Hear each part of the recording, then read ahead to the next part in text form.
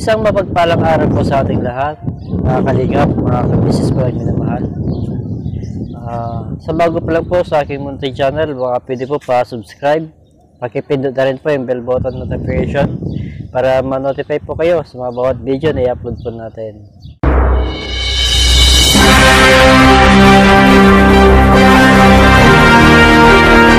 So yun mga Kalingap, paki-support po, paki-subscribe po ang channel ni Kalingap Turak. Maraming salamat po sa inyong lahat. So ayan po mga kabayan, huwag po natin kalimutan ang Kalingap Turak. Please bisitahan at supportan po natin yung kanyang channel. Mga kabisnes naming minamahal, makikisuyo po kami. Naglalambing po kami sa inyo. Kung maaari po sana ay pakisuportahan natin Kalingap Turak! Kalingap Turak! Alright? Alright! Bira! Bira! Ganoon din po, pakisuportahan din po natin sila Kabusiness Official, Papadins TV, Kabusiness Family.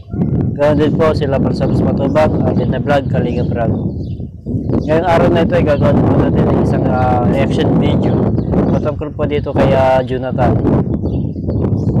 Kasi po itong si Jonathan ay nagpunta siya sa isang YouTuber din, content creator. Doon nga, sinabi niya kung ano yung hinaing niya patungkol kay Kabusiness. Puro negative po yung sinabi niya po doon. Sinisiraan niya si Kabusiness.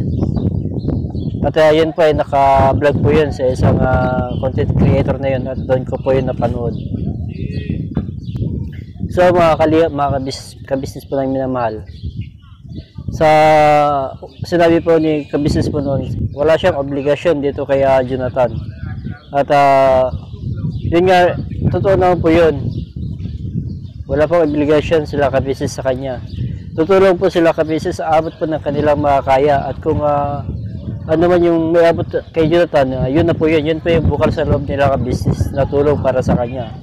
Pero ang nakikita ko po dito kay Jonathan ay parang gusto niya sila Kabusiness na ang bumuhay sa kanilang mag-ina. Although napakalaking kamalian po yun, napakalaking kumbaga hindi tama. Dahil wala lang pong pananagutan sila Kabusiness sa kanila eh. Hindi naman sila obligasyon. Bagkos si Jonathan sana magpursige, kaso tamad noon pa man. Kahit sa paglilinis ng bahay nila, sobrang tamad dito si Jonathan. Kahit ilang beses na siyang turuan kung paano tamang paglinis pero wala pa rin. Sadyang napakatigas talaga ng muka. Sa kabila ng pagmamalasakit, pagmamahal sa kanya ng mga Kabusiness family, ganoon din ang mga kagwang at ang 3M. Pero ano yung sinabi niya noon? Silang lahat ay puro plastic. Sa kabila ng pagmamahal, malasakit, pangunawa na ibinigay sa kanya. Ganoon pa ang kanyang sinukli noon. Sa kabila ng ganoon ginawa niya ay pinatawad pa rin siya nila Kabusiness. At yun nga, inanapan siya ng tirahan nila mag-ina. Pero sa kabila ng ganoon ay umalis pa rin sila.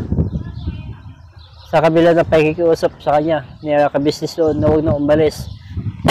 Pero yun nga ang gusto niya, tumira pa rin siya. So sa dating titirahan nila kung saan siya lumaki at nagkaisip. Ewan ko lang kung may isip.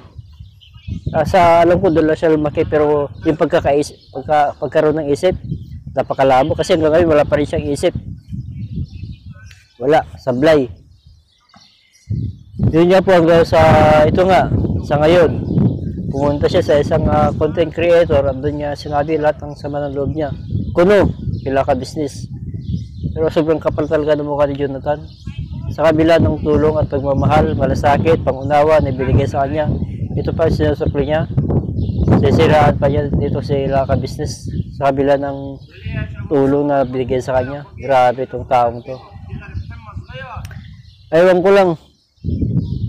Dapat itong taong to sa mental hospital dinadala eh. Baka sa mental hospital hindi pa siya kunin eh. Kasi kung may higit pa sa mental hospital, dapat doon siya nararapat eh. Grabe itong taong to. Ito lang nakita kong tao na walang utang na loob talaga to. Sarap. Ay, sarap tirisin talaga.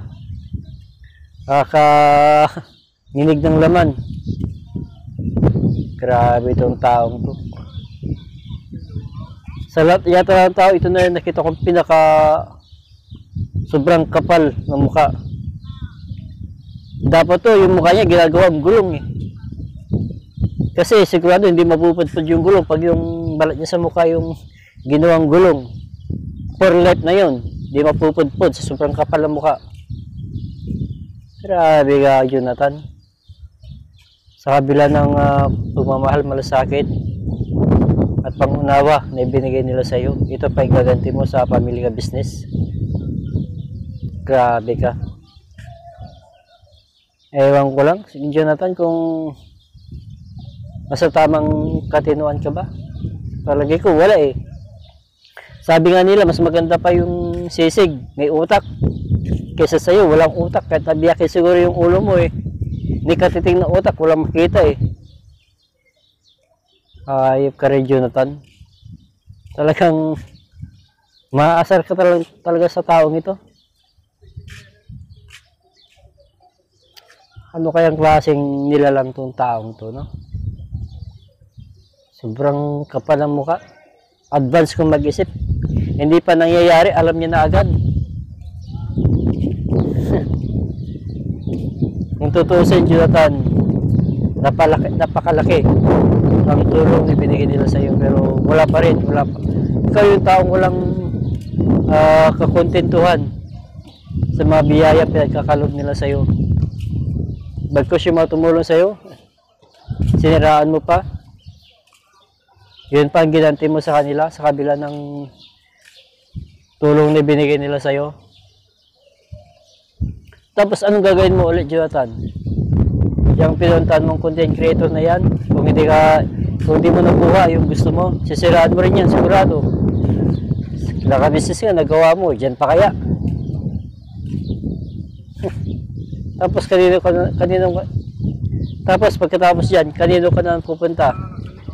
Sa kabilang bahay na naman? Sa kabilang content creator ka naman na lalapit?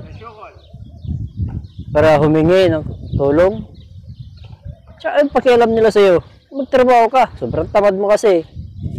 Hindi na yung kasalanan ng mga content creator, mga vlogger, mga charity vlogger. Kung wala kang makain, unang-una, tulungan mong sarili mo bago ka nila tulungan. Magpursige ka, kaso nga lang, walang magagawa. Tamad ka eh. Grabe ka, Jonathan. Nung bumuhos ang katamaran, sinalo mo lahat. Hindi ka man lang namahagi. Kaya yun, ganyan tuloy ang bagsak mo. Sinalo mo lahat ang katamaran eh.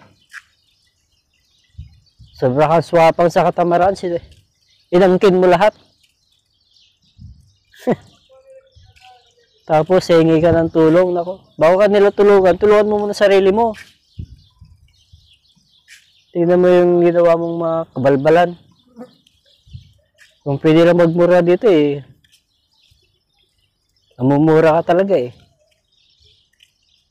Grabe ka, Jonathan, oh.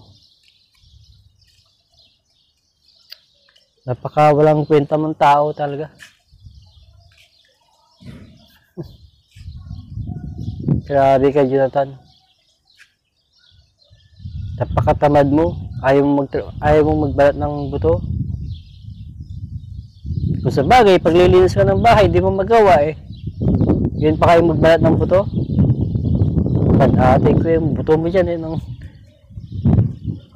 Lokan, Jonathan ka. Sige po mga kalingap, mga business, hanggang dito lang po ang aking munting reaction video patungkol po dito kaya Jonathan na to. Baka makapagpitaw pa po ako na hindi maganda eh. So hanggang dito lang po ang aking reaction video patungkol po dito kay Jonathan. So ingat po tayo lagi and God bless. Bye bye po.